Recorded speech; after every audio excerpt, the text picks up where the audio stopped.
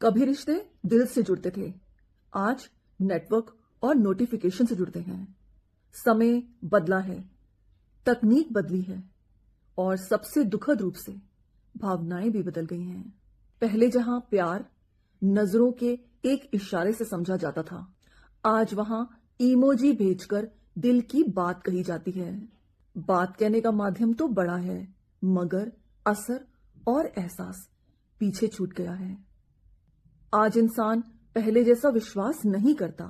रिश्ते अब स्थायी नहीं रह गए, वे अब विकल्प बन चुके हैं। कुछ बेहतर दिखा तो पुराने को अनफॉलो कर दिया जाता है। प्यार का डिजिटलीकरण हो चुका है। अब वो प्रेम जो कभी आत्मा से आत्मा को छूता था, आज स्क्रीन की चमक में कहीं खो गया है। चैट बॉक्स में आई लव यू लिखा जाता है, लेकिन वो दिल से कम और आदत से ज्यादा लगता है। दुख अब दिल में नहीं, स्टेटस में दर्ज होता है।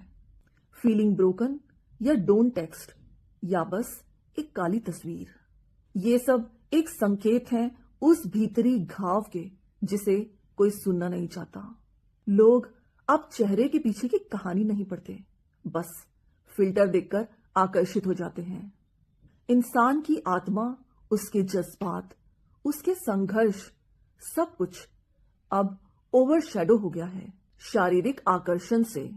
सबसे बड़ी विडंबना ये है कि हम जुड़ने के युग में सबसे अलग थलग हो गए हैं। हजारों दोस्तों के बीच भी अकेलापन घर कर गया है। हम सीन और टाइपिंग के बीच अपने रिश्तों का भविष्य तय करने लगे हैं। रीड तो हो गया, लेकिन क्या सच में समझा गया? अब ये सवाल कोई नहीं पूछता। आज हर कोई मुस्कुराता हुआ दिखता है, लेकिन भीतर से टूटा हुआ होता है। लोग कहते हैं खुश दिखो, लेकिन ये कोई नहीं पूछता क्या तुम वाकई में खुश हो? हमने अपने दर्द को सुंदर शब्दों में ढक लिया है और अपनी हकीकत को पोस्ट में सजाकर दुनिया के आगे पेश किया है। रिश्तों की गर्माहट अब बैटरी लो जैसे नोटिफिकेशन से कम महसूस होती है। इंसान अब शरीर से जुड़ता है, आत्मा से नहीं। पहले जहां लोग एक दूसरे की आंखों में सच्चाई पढ़ते थे, अब वे अबाउट सेक्शन में जिंदगी खोजते हैं। तो सवाल ये नहीं कि तकनीक ने हमें कितना जोड़ा, बल्कि ये है कि क्या हमने उस जुड़ाव में इंसानियत को जिंदा रखा। रिश्ते आज भी बनाए जा सकते हैं, पर पहले जैसी सच्चाई, नजाकत और गहराई चाहिए।